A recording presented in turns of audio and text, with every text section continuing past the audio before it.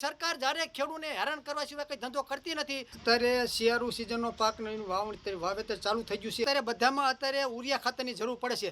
Urea ખાતર તમે જુઓ, જ્યારે જરૂર પડે ત્યારે ખેડૂતને લેનમાં જ લેવું પડે છે. જો મારી પાછળ અત્યારે તમે જોઈ શકો છો કે અહીંયા અત્યારે ગાડી ઊભી હતી ને, કેટલા ખેડૂત લેનમાં ઊભા છે. એ લેનમાં ઊભા રહીને છતાં ખેડૂતને 3-3 ઠેલી ભાગમાં આવે. 50 વીઘાનું પીતું હોય, હવે ખેડૂત 3 ઠેલી ખાતરમાં થાય શું? અને આ સરકારને વારી ખાતર જમીન તો પીતની ઘટતી જાય છે, ઉદ્યોગપતિમાં જાય છે, સોલર પ્લાન્ટમાં જાય છે. તો સરકાર વારી સરકાર ખાતરનો સ્ટોક કરતી કેમ નથી? કે ખેડૂતને હેરાન કરવા કહેજો, ખેડૂતને લેનમાં જ ઊભા રાખવાના છે સરકારને. આધાર કાર્ડમાં લેનમાં ઊભા રહો, અત્યારે પાક નુકસાનીમાં તમે લેનમાં ઊભા રહો, ખેડૂતને કામ કરવા જ નથી દેવાનું તમારા સરકારને.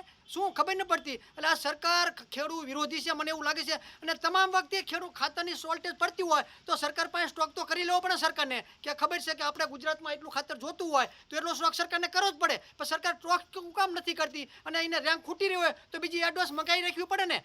એ તો મગાવવાનું હોતું નથી. સરકાર જ્યારે ખેડૂતને હેરાન કરવા સિવાય કંઈ ધંધો કરતી નથી. અને ખેડૂત પણ લેનમાં ઊભા, ખેડૂત પણ મૂર્ખો છે અત્યારનો. ખેડૂતને ખબર નથી. આપણને વારી ખાતે જો લેનમાં ઊભા રાખતા હોય તો આમને કોઈ તમે લેનમાંથી ખૂણસીમાંથી હેઠે ઉતારો ને, તો એમને ખબર પડે કે હવે ખેડૂત વહીફરો છે ને હવે ખાતરની જરૂર પડે ને ખેડૂતને ખાતર તો જ મળવાનું હોય. ખાતર લેવા આવ્યા તો એક ગાડી આવી, એમાં લેન્ડમાં માણસો છે, બે ઠેલી ખાતર આપે છે. હવે અત્યારે આ તક ખાતર નાખવાની ખેડૂતને છે. હવે અત્યારે ખાતર ન મળે તો એ ખેડૂતને પછી ખાતર હવે શું કરવાનું? પછી ખાતર ન મળ્યું, જો આ બાજુમાં પંપ પડ્યો, પછી મેં ખાતરનો વારો આવ્યું નહોતું, પછી પંપ લીધો, કીધું આ હવે નહીં વારો આપણો આજ આવે. હવે હાથ દીએ ગાડી આવે, હવે હાથ દીએ પાછું અહીંયા ખાતર હાટે નાટો કરવાનો, ત્રીજી વારો ન આવે તો આ ખેડૂતને કરવાનું શું? મૂળી તાલુકામાં ખાતરની ખૂબ અછત છે, ઉરિયા ખાતરની. અત્યારે ખેડૂતને ખાસ જરૂર હોવા છતાં મળતું નથી.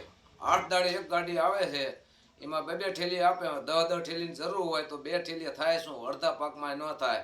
એટલે ખેડૂતને એવી રીતે હેરાનગતિ કરે છે કે અડધું વસ્તુ થાય, ખાતર થાય, ન થાય. અત્યારે પાછું હવે ખાતર ન મળવાથી એમાં નાનો લેવું પડે, હારે ફરી ગયા છાંટવા હાટ થઈ. એટલે આ કંપનીવાળાને તો એટલો બધો સરકાર ફાયદો કરી દે છે કે ખેડૂતને ગમે તે રીતે બતડકારી પૂરવવાના છે.